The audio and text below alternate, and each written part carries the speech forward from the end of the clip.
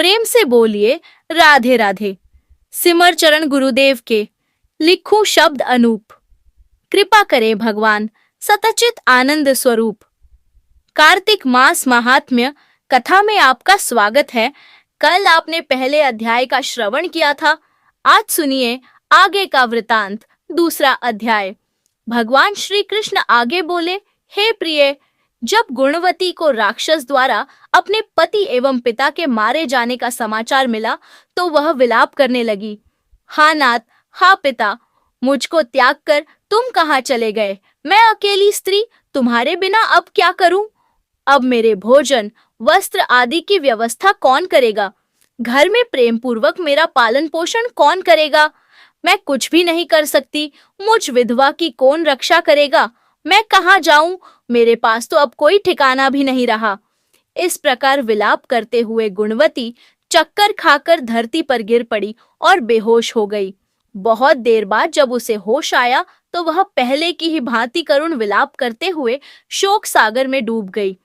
कुछ समय के पश्चात जब वह संभली तो उसे ध्यान आया कि पिता और पति की मृत्यु के बाद मुझे उनकी क्रिया करनी चाहिए जिससे उनकी गति हो सके। इसीलिए उसने अपने घर का सारा सामान बेच दिया और उससे प्राप्त धन से उसने अपने पिता एवं पति का श्राद्ध आदि कर्म किया। तत्पश्चात वह उसी नगर में रहते हुए 8 पहर भगवान विष्णु की भक्ति करने लगी। उसने मृत्यु पर्यंत तक नियम पूर्वक सभी एकादशियों का व्रत और कार्तिक महीने में उपवास एवं व्रत किए। हे प्रिय, एकादशी और कार्तिक व्रत मुझे बहुत ही प्रिय है। इनसे मुक्ति, भुक्ति, पुत्र तथा संपत्ति प्राप्त होती है। कार्तिक मास में जब तुला राशि पर सूर्य आता है तब ब्रह्म मुहूर्त में उठकर स्नान करने व व्रत व उपवास करने वाले मनुष्य मुझे बहुत प्रिय है, क्योंकि यदि उन्होंने पाप भी किए हों तो भी स्नान व व्रत के प्रभाव से उन्हें मोक्ष प्राप्त हो जाता है। कार्तिक में स्नान, जागरण, दीपदान तथा तुलसी के पौधे की रक्षा करने वाले मनुष्य साक्षात भगवान विष्णु के समान है। कार्तिक मास में मंदिर में झाड़ू लगाने वाले, स्वस्तिक बनाने वाले तथा भगवान विष्णु की पूजा करने वाले मनुष्य जन्म मरण के चक्कर से छुटकारा पा जाते हैं।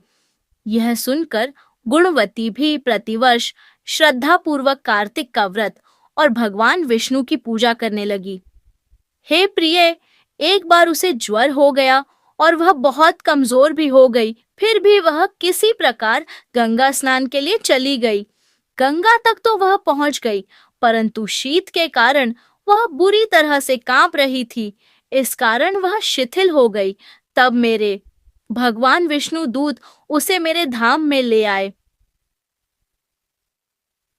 तत्पश्चात ब्रह्मा आदि देवताओं की प्रार्थना पर जब मैंने कृष्ण का अवतार लिया तो मेरे गण भी मेरे साथ इस पृथ्वी पर आए, जो इस समय यादव है। तुम्हारे पिता पूर्व जन्म में देव शर्मा थे तो इस समय सत्राजित है। पूर्व जन्म में चंद्र शर्मा जो तुम्हारा पति था वह डाकू है। और हे देवी, तू ही वह गुणवती है। कार्तिक व्रत के प्रभाव के कारण तू मेरी अर्धांगिनी हुई है। पूर्व जन्म में तुमने मेरे मंदिर के द्वार पर तुलसी का पौधा लगाया था।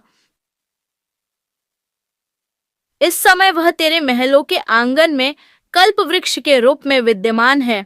उस जन्म में जो तुमने दीप दान किया था, उसी कारण तुम्हारी देह इतनी सुंदर है और तुम्हारे घर में साक्षात लक्ष्मी का वास है। चूंकि तुमने पूर्व जन्म में अपने सभी व्रतों का फल पति स्वरूप विष्णु को अर्पित किया था, उसी के प्रभाव से इस जन्म में तुम मेरी प्रिय पत्नी हुई हो। पूर्व जन्म में तुमने नियम पूर्वक जो कार्तिक मास का व्रत किया था, उसी के कारण मेरा और तुम्हारा कभी वियोग नहीं होगा। इस प्रकार कार्तिक मास में व्रत आदि करने वाले मनुष्य मुझे तुम्हारे समान प्रिय हैं।